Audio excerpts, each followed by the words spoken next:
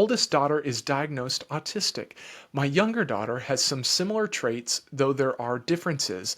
Is it common for a sibling to have learned behaviors from their autistic sibling while being neurotypical?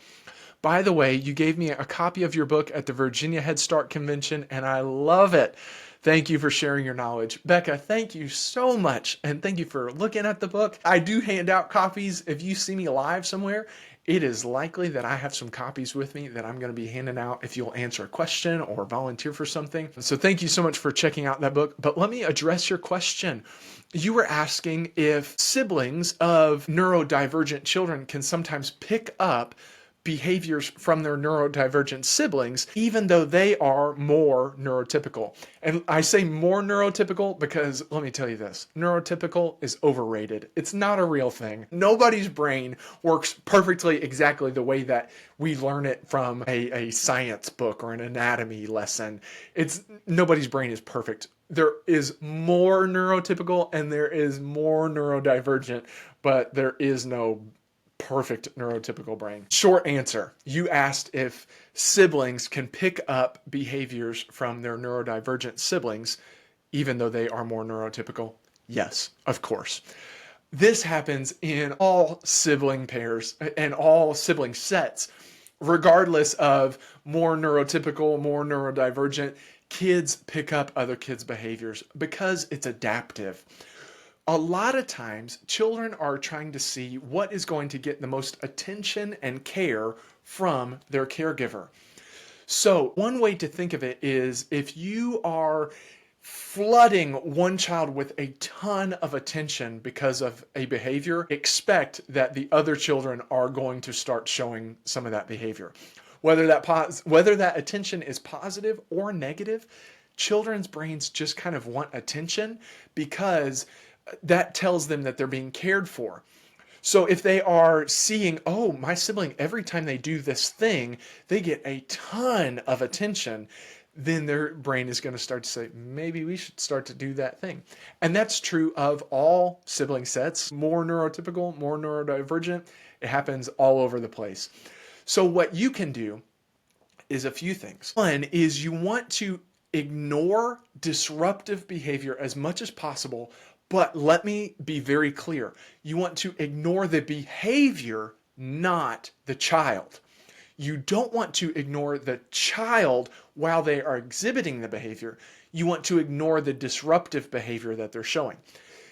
Let me give an example. If a child is throwing a tantrum and they are screaming and cussing and banging on the ground, and then they stop banging on the ground, what I am going to say to that child is, oh, wow, I see you quit banging on the ground. Great job. You're getting in control of yourself.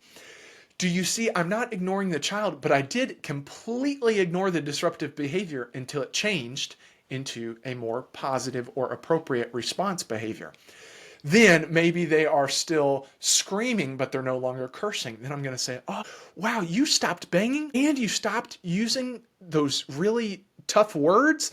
Now all you're doing is screaming. Great job. Wow, you are really getting in control of yourself. Do you see? I'm not ignoring the child, but I am ignoring the behavior. What that will show that child and their siblings is I get more attention, or they get more attention, which means I will get more attention when I do the more positive thing. Mommy highlights when they do the positive thing, so I want to do that positive thing. It seemed like they were being ignored for that disruptive thing they were doing, so I don't want to do that. But the moment they stopped doing that thing, wow, mommy flooded her with tons of attention. So there you are ignoring the disruptive behavior, but not ignoring the child. You also may need to have a conversation with your more neurotypical child about how every child is different. And I had a science teacher in high school who said, there is nothing more unfair than the equal treatment of unequals. And that is a really tough lesson for kids to learn. There is nothing more unfair than the equal treatment of unequals. What that means is everybody needs support in different ways. And if we treat every person exactly the same at all times, that's not fairness, even though it's equal. So you can have a conversation with your other child and say, yeah, sometimes let's say it's a sensory sensitivity thing. Sometimes when we're at the grocery store, she starts to scream because it feels so overwhelming for her. So I know that you don't usually feel that way. Do you think you could come along with me and help her know that she's still safe, even though she hears that buzzing from the lights in the grocery store or whatever it might be? Now you're working with your child and showing them, hey, this is something that your sibling needs support for. It is not something that I'm just excusing and just saying, like, oh, well, that's just the way it's always going to be. They just need some support right now. So do you think that you could help me with them? Oh, wow. Thank you so much. That you were being such a nice sister to them. Thank you so much for that. Now you are working with them and letting them see that they get attention even when it seems like their sibling is the one getting all the attention and they get some of the attention too. That's really where that picking up of behaviors comes from. And again, it happens with all kids. Myself and my brothers, we picked up behaviors from each other.